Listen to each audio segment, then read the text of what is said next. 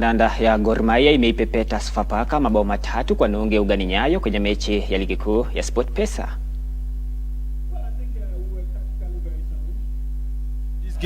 Today's game at ease. All the things that we wanted to do, we did it in the first half. We were a bit superior than the opponent.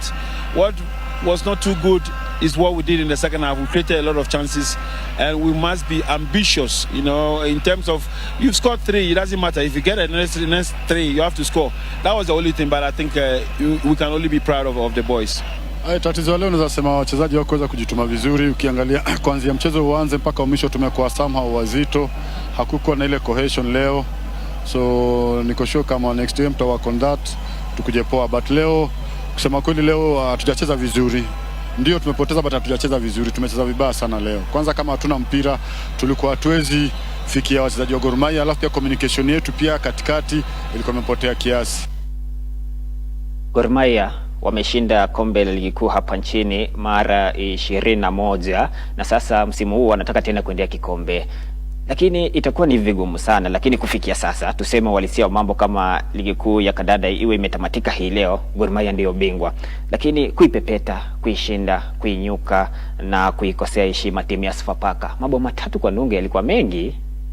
Kwa magoli mengi sana. Hiyo ni kuonyesha tu kwamba kuna ile mentality ya kusajili matokeo mazuri kila mechi baada ya mechi nyingine, na ni wazi kwamba timu ya Gor Mahia ni timu ambayo msimu wa jana walikosa nafasi muhimu sana ya kutoa taji la ligi kuu, na msimu ni timu ambayo inatamani sana kubadilisha mambo na kurejea kwenye kuwa ni ile timu ambayo inaleta ile ushindani mkali sana na kutangazwa mabingwa, na tunazidi tu kushuhudia kwenye kila mechi timu ya Gor Mahia wanaonyesha kwamba sisi huu msimu tumekuja hapa kuhakikisha kwamba tunamaliza msimu vizuri jinsi tu ambavyo tulianza msimu, na ni jambo zuri pale kuona timu ya Gor Mahia wanazidi kuwa wenye kusajili matokeo mazuri ya kuwapendeza mashabiki pale, sababu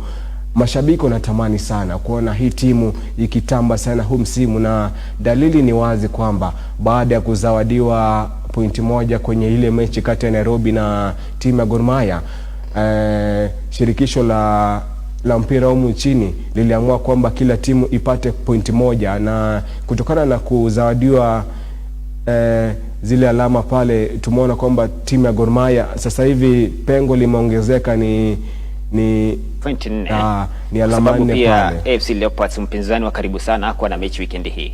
Kweli kabisa, na sasa hivi timu ya Gor Mahia wako vizuri. Nahisi kwamba the league is for them to lose. Ni hao wenyewe tu ndio wataamua kwamba msimu tutabeba ili kombe, msimu tutahakikisha kwamba